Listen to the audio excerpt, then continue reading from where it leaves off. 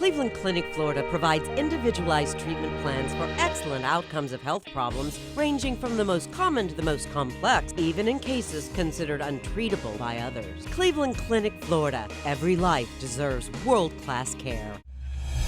It's the After the Show podcast, precious.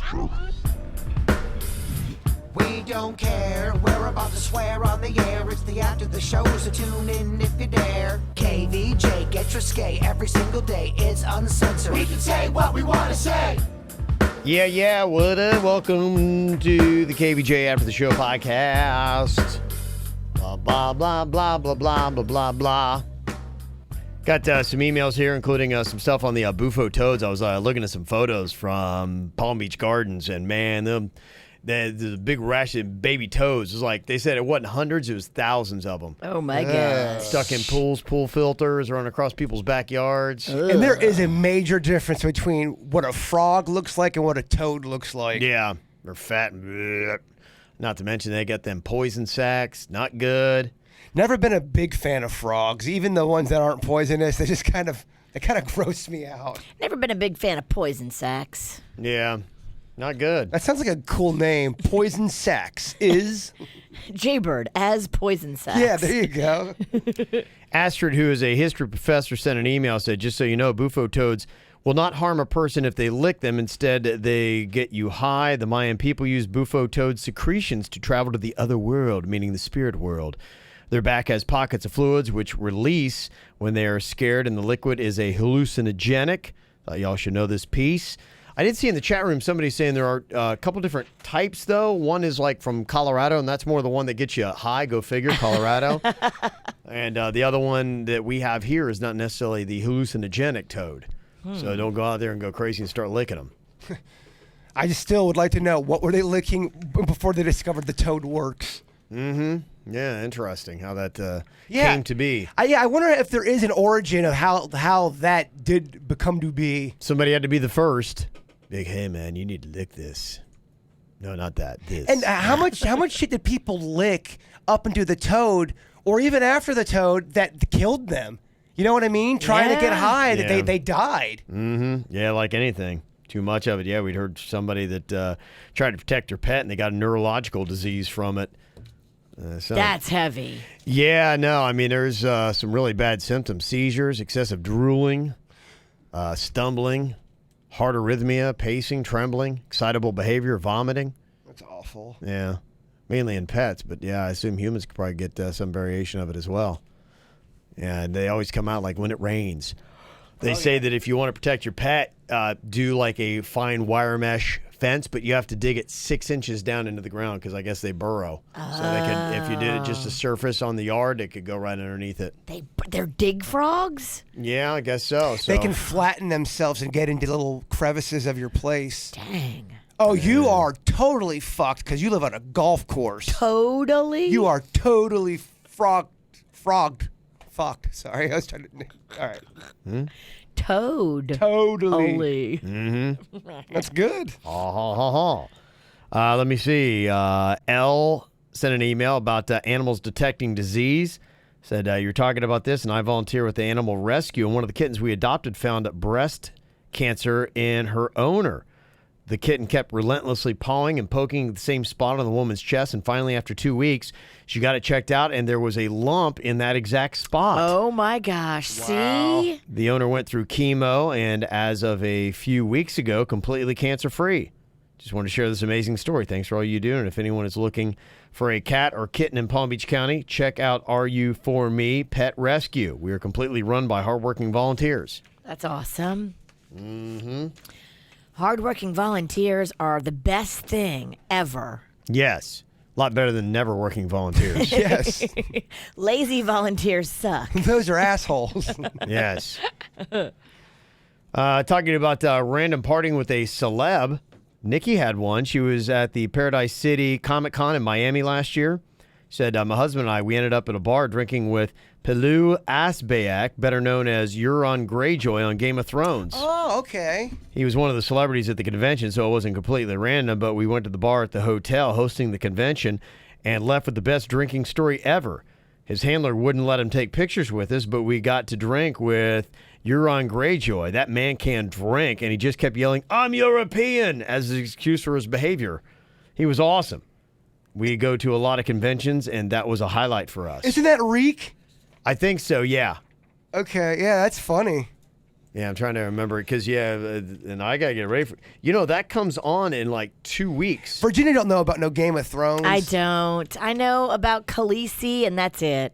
Who's Khaleesi? Isn't she the mother of the dragons? All right. And she's hot, and she's like powerful. All right. I like the bitches act. I just don't like dragons. I don't like all that sorcery, and everybody looks so dirty on that show. You would think you, as a witch, would love sorcery. It's odd. I like it in real life. Got ya. I like putting curses on you, J-Bird. Euron Greyjoy, just a real quick, he was, if you remember the seafaring people, he was the brother of the king. He's a real jerky guy. He's kind of current on Game of Thrones.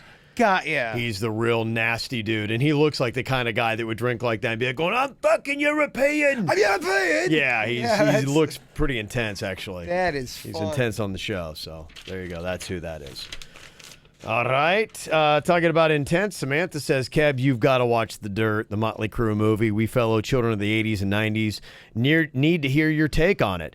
Jay-Bird needs to watch it so you guys can bond while talking about it on the ATS podcast." Yeah, I think you do need to watch it. I want to watch it. I already watched it. I was the one that brought it up yesterday on What's on My Mind. It's definitely good. It's a solid movie. There's some corny parts in it. I meant Kevin. I don't think Kevin's watched it yet. No, I haven't. And he loves them more than you. No, the email said I need to watch it. Oh. Yeah, I wasn't yelling at you. I was yelling at the email. I want to watch it now. You made me want to watch it. You should. You would like it. He says, "And what the heck is Pete Davidson doing in this movie? LOL. And Virginia needs to watch it because if Rocco watched it, oh my word, he's seen a lot." It's not like Bohemian Rhapsody. This is way more humorous and open sexually about their lives. Good Lord, it's hard to believe they're still alive. Can't wait to hear your thoughts on it. Definitely watch sooner rather than later. Okay. Yeah, I really did like it. I thought some of the acting was a little cheesy, but yeah, Pete Davidson, he didn't look like the guy that he was portraying so much. Okay. Yeah, Is he one of the main... He's the bandmates? he's the guy that signs them. Yeah, he's one of the guys that signs them. That works at the record label. Okay. Well, the opening scene. I mean, I don't know if I'm spoiling any. Maybe I won't say anything because someone will get mad. But the opening scene's pretty filthy. Yeah, you told us. Oh, that's right. I did tell you guys. Yeah. It's pretty heavy. I asked Panda, I'm like, was that the opening scene? He's like, yeah, it was awesome. They're at a party and there's a sex act going on and wow. At the party? Yeah. That's a pretty intense move at a party. That's all I'll People say. are all watching? Yeah. Now, did they do like concert footage and stuff like that? Did that sound good? Did it look good? They just dubbed over the They songs. dubbed over the song and put it in there. The guy that does Ozzy, he sounds like Ozzy. That part, if that part is true, Yeah. holy shit, Ozzy Osbourne he's a madman, a legit madman. Yeah, I think the Ozzy story would actually probably be better and more intriguing than the Motley Crue because it's one guy doing it, not an entire band. And yeah, there's a lot of fascinating stuff with Ozzy. I mean, just the way that he was partying. I mean, the whole thing where he bit the head off the bird. Have you ever heard that story? Yeah, I think so. Was it a bird or bat or both? It was a bird. That's kind of how it got going. Okay. You know, because Ozzy was in Black Sabbath, so you would start with that. He was in really what is the first heavy metal band ever. That's what Black Sabbath is credited for. They basically booted him out of the band, and so Ozzy goes solo after he gets kicked out of the band. And so they're kind of debuting Ozzy Osbourne. He's a little bit of he's kind of a loose cannon. And so there's a little bit of nerve about, okay, is he going to be any good without Black Sabbath? And I don't know about trying to wrangle this guy in. And so Sharon Osbourne, I think it was her father-in-law, Bill Graham, was trying to get his career going. And so they have this thing where they unveil Ozzy and they're trying to sell him to the execs at the record company. So they do this grand entrance where they have these birds. They open up the doors and here comes Ozzy, and Ozzy is completely fucked up, just out of his mind, just what they're worried about. And so he comes in, and I think he sits on Sharon's lap at the conference table. And these, white doves or whatever have been flying around the room, and one comes and lands like on Ozzy's leg, and he's just out of his mind, and he just grabs it and bites its head off in front of everybody, a live dove. And they're like, what the fuck just happened? And like, yeah, here's your guy. And they're like, what? And so that honestly was like the first kind of thing that happened with Ozzy. And then there are rumors about, somebody threw a bat on stage somewhere else, and he did, but I don't know if that actually happened. But I think that's kind of how it started. He actually bit the head off of a live bird. I would say the thing that he does in the movie is maybe more. I don't know. They're both pretty fucking ridiculous. Yeah, Very but I was just saying, ridiculous. adding on to what's in the movie, if you've seen what's in the dirt, and if you took that on top of it, and then he had the thing where he pissed on the Alamo in San Antonio and was banned from going to the city, for that reason. So, yeah, I just imagine. And then also, too, his guitar player was nailing his wife, and then that guitar player wound up crashing his plane. Yeah, man, Motley Crue, they're poking everybody's girl behind each other's back. Yeah, so it at least I think probably be as equally as good a story. But yeah, I'll definitely try to watch the Dirt. It was a crazy era. I don't know. I mean, like, is One Direction doing that kind of stuff now? No way. Not like that. There's Not no. that tag of. Those guys are not doing it to that level. There's no way. And if they are, you'll never hear about it because That's just it. They keep things a lot more tight. They were brazen with how they behaved. I think just celebrities back then were. I think they did. I think the day and age of the iPhone and everyone is able to record you. Social media. People buttoned up a little bit. Yeah. Yeah, and Melinda just kind of throwing on to the Ozzy story about the bird. Yeah, he thought he was so out of it, he thought the bird was fake. So he didn't know he was like biting the head. He thought it was like a fake bird, but he was so, and he's like, bird, and he thought he was just like they were gonna laugh. And no, it was an actual real dove that he bit its head off. And he like spit it out. Horrifying. Yeah. The part with him at the pool scene, you'll go, holy shit, what? Yeah. How you're hammered. That's probably a good way of checking. Sarah from Twitter had to call me out from my Cheddar's review. Uh-oh. She said, I love you so much, Kev, but you gave the worst explanation of Cheddar's yesterday. You did give a lot of genres, man. Yeah, I'm going to help you. Bird and V, here's my review of Cheddar's for you. Okay. Cheddar's is a scratch kitchen restaurant, which means every single thing is made from scratch. The butter, the ranch, the croissant dough, salad dressings, all their sides, literally everything. We have one up here in the Pizzle that has been open for 3 years, and it still always has at least an hour wait. Their menu is amazing. They have a range of things from huge onion ring towers to Thai shrimp skewers, fried chicken, ribs, lasagna, and all that's in between. Their Caesar salad is one of the best I've ever had. And let's not fail to mention their honey butter croissants that I am convinced are made by angels sent from the good Lord himself. I highly recommend a trip there. You won't be sorry. P.S. Their bar menu is also phenomenal, and the prices are very fair. Now that's how you do a review. Yeah, don't come to me for food reviews. That made me want to go to Cheddar's. That was a very funny review Kevin gave because it was not very good. Yeah, I didn't have that kind of feeling or experience walking away. I don't know what I ordered. I think, I went like on a early Sunday and it was You probably got a grilled chicken wrap. quiet. Yeah, I don't know. There was just nothing that, was impactful Gotcha. to me. So, yeah, I don't want to undersell it. I mean, a tower of onion rings, you had me there. Yeah, onion rings very overrated or underrated, I should say. Onion rings, I mean, my favorite in the game right now when it comes to a good onion ring is the burger place in Harborside. Burger Five. Burger They have Five. a really good onion ring. They give you such a fat ass onion ring, and Okay. the batter is perfect. The onion is perfect. They do it right. Yeah, not every onion ring is created equal. There are some No. shitty onion rings out there too, and you know it's shitty because when you pick it up, the breading already's Falls fallen off. and the onion is still hard. It's raw still. You give me a raw onion with this bullshit. I'm just saying that in my head. That's what I'm thinking in my head. You should verbalize that next time you're at wherever you are. Never. Yeah, more what I know about is the beer stuff. I did see if you love the craft beer stuff, they've got a 2019 pub pass you can get where you get 20 free pints of craft beer.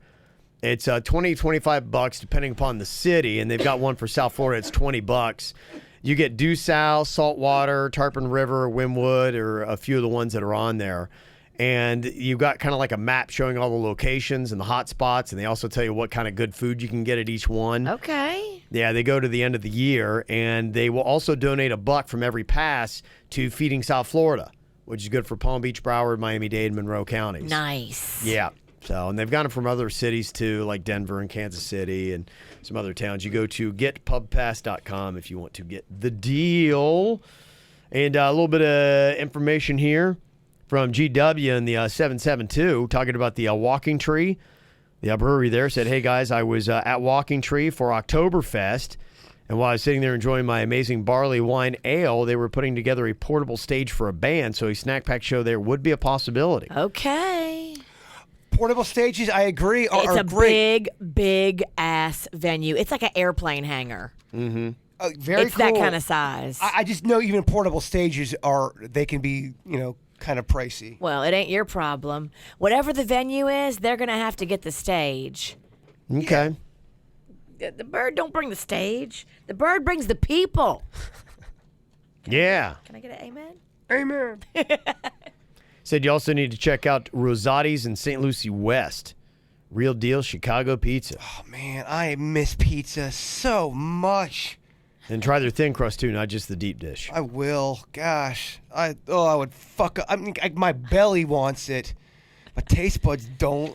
I wonder how long you're going to be without taste buds. I don't know. I ordered this one pizza and I couldn't even review it. I ate 3 slices and no review because I couldn't even taste it. MD now just dropped off a bunch of donuts from Jupiter Donuts, and Jersey Mike's just dropped off a bunch of subs. Oh, wow. I'm not even lying to you. I can't even taste them. This is just It's like torture. a fucking Twilight Zone episode. All this, like the ending, all the food is there, but the taste buds are gone. Like, no. And it's the one thing this man loves. He picks food over vagina. I feel like I've been cursed. There's a voodoo doll going on. Someone said, take away his taste buds. Hit him where it hurts. You're the witch. Yeah, you were saying the other day that you would rather lose You the power did. of the peen than the power of the taste buds. That's what you said. I stand by those words. I do. Ever since I was a kid, I was raised to love food. My dad doesn't love food. My mom and Ann and all of the kids, we loved food. And it was just a big deal. It was so part of our culture, man. We would be eating breakfast, talking about lunch and dinner. That's how it goes. I get it. Were you like that too? No, but I love food. Like, my mother loved food. Same thing, though. My dad was just kind of like, I think he ate for the nutrients, and that was it. Very boring.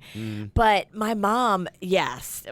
Everybody on my mom's side has food issues, and I think I just got them too. Yeah, I definitely have food issues. There's no doubt about that. But I'm snobby like my dad, but I'll eat everything like my mom.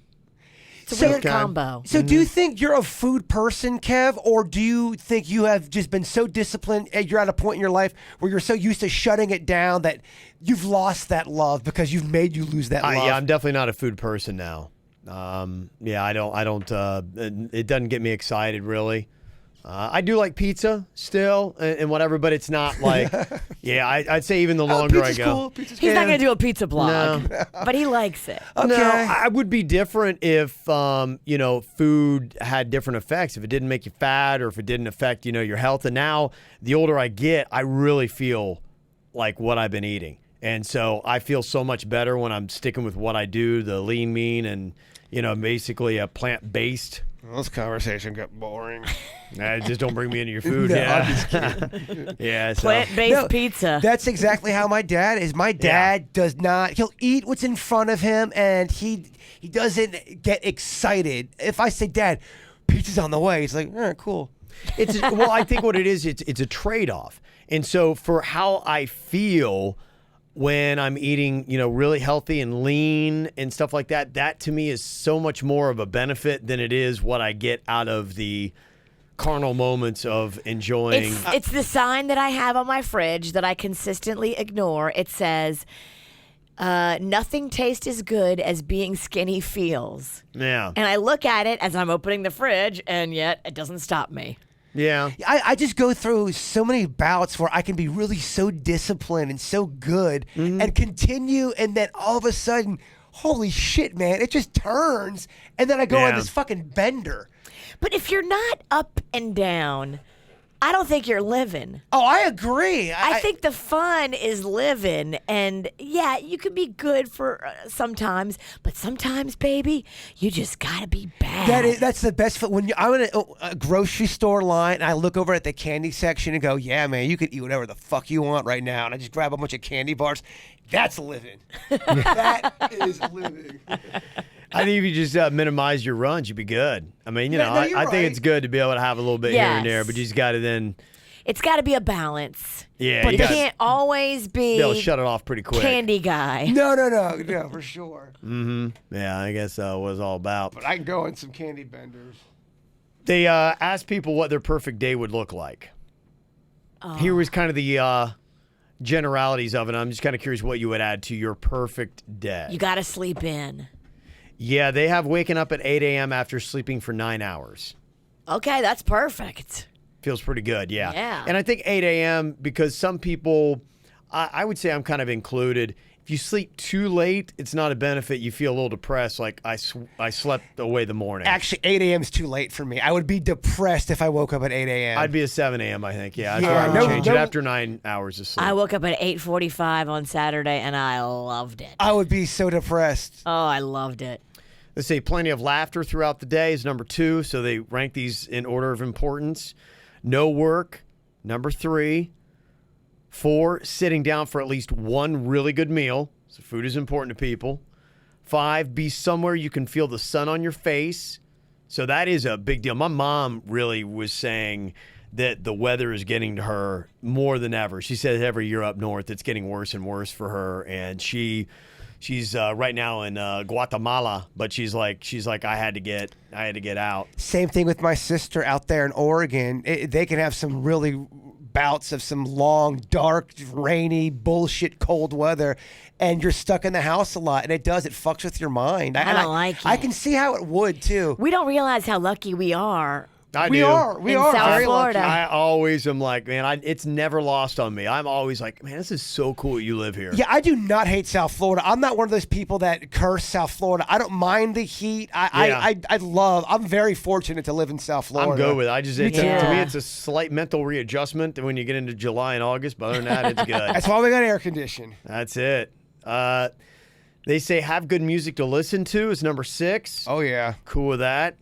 Have fresh sheets to get into at night. Oh, I love fresh, clean sheets. So nice. Yeah, this is getting a little... Number 8, spend some of the day outdoors. 9, find some money, like on the ground or an old coat pocket. Just say like, oh, cool, cash. 10, have a clean house without doing the cleaning. Oh, Yes. that's the dream, baby. Yeah, and 22% of people said they'd love to just hang out in their pajamas all day. That is kind of fun. I am only that way. Like the other day, it was rainy and I was sick. And I'm like going, okay, this is cool. Yeah. When Mother Nature gives you an excuse to lay down, there's zero guilt involved. Yeah. As soon as I go home, I put on my moo-moo. It's immediate. I take all mine off. You just balls out. When I get home, I do all my chewy stuff, and then I will take my clothes off, yes. I would add to the list that they have a really cool sporting event to attend with nice weather and to have a great craft beer. That would be the 2 things I would want to throw in there. Okay. In the mix. What would you add to it? Perfect day.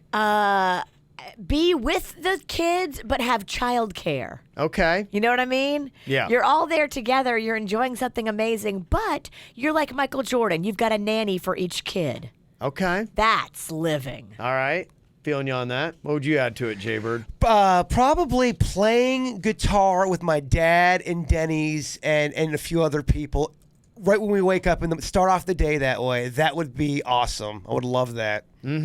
Okay. Very cool. Yeah, that's everybody's perfect day, they say. So we'll see.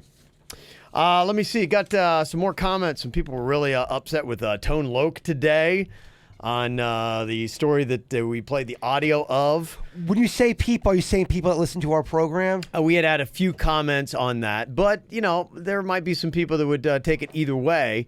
I think it's probably just the fact that if you missed the story, it was Tone Loc confronted a kid wearing a Confederate flag hat and caused such a ruckus, and the screaming was going back and forth. And it sounds like the kids' parents jumped in pretty fast, and it was probably more of that. And I think that's why, if anything, people are like, come on, Tone Loc, than anything else. Is just that it was a kid, and the kid's probably like, like probably a little traumatized by like whatever the heck is going on with this whole thing. You can't let somebody's hat get you all riled up. Yeah. People are going to wear stupid hats, and I don't agree with, wearing a Confederate flag hat because it makes so many people upset. I don't want to make anybody upset, but anybody wearing one has the right to wear it, and you got to control yourself and not attack people over their hat. What if someone walked into Blue Martini and the hat said, "Fuck the dirt of the day"?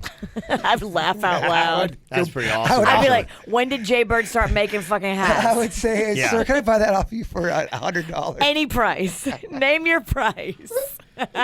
Now, part of the story says it was a teenager that was wearing the hat. So Tone Loc walked up to him, said, "How are you going to wear that in front of a black man?" Then that's when the kid's parents jump in, saying, "Look, he can wear whatever he wants." Tone apologized, but said he still didn't think the kid should wear the flag.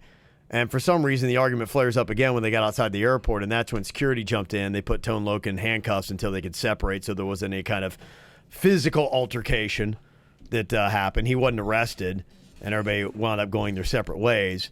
But see, like, nothing good is going to come out of that. And I know, Tone, you're upset. Yeah. But you're not going to get anywhere with these people. You're not going to solve any problems. Now you're in handcuffs. Yeah. You're lucky they released you without arresting you. Like, Yeah. it's just a lot of it's a lot of hassle for what? Right. Don't get involved in somebody's clothing choices. You're not going to change them It by was- yelling at them. It was funny when you said, "Am I the only one that can just keep on hearing the song Wild Thing playing on?" And when I was loading up that audio earlier today, I instantly, after putting that clip in there, I started playing Wild Thing because I had to hear it. And it made me want to When you hear hear his voice, immediately going, Yeah. boom, boom, boom, Yeah, boom, exactly. boom, I kept hearing those drums. boom, boom, boom. I would chalk this whole story up into one of those categories. People need to sit down and talk a little bit more. That's really it. When I read the story, I thought about that. When I was a younger kid, I had a Confederate flag that was hanging up in my room.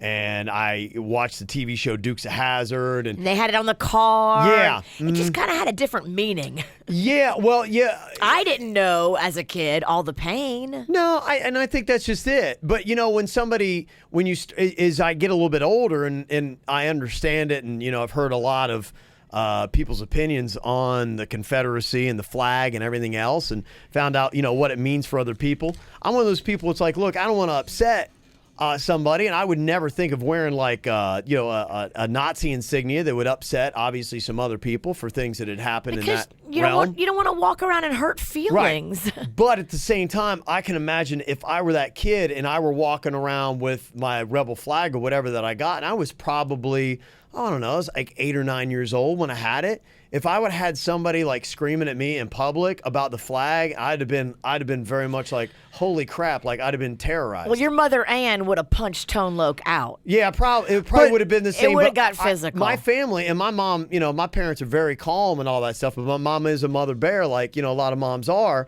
And I could have easily been in this type of situation. So when I read it, it kind of stuck to me because I was like, that's where I'd tell Tone, be like, hey, look, I understand, you getting upset and seeing that stuff, but, you got to understand. And that's where I think people who have got those Southern leanings, from the Southeast, y'all got to sit down and talk it out. And you can't be screaming at each other because you're not going to get anywhere. The kid may not know the pain that flag means to Tone Loc. Yeah. He may have no idea. Yeah. No clue. And that's why I think it's valuable to sit down and talk to somebody, about it to get an understanding. I was actually just yesterday, I was sitting talking to my trainer, Kev, and, he was, if you don't know, he's black.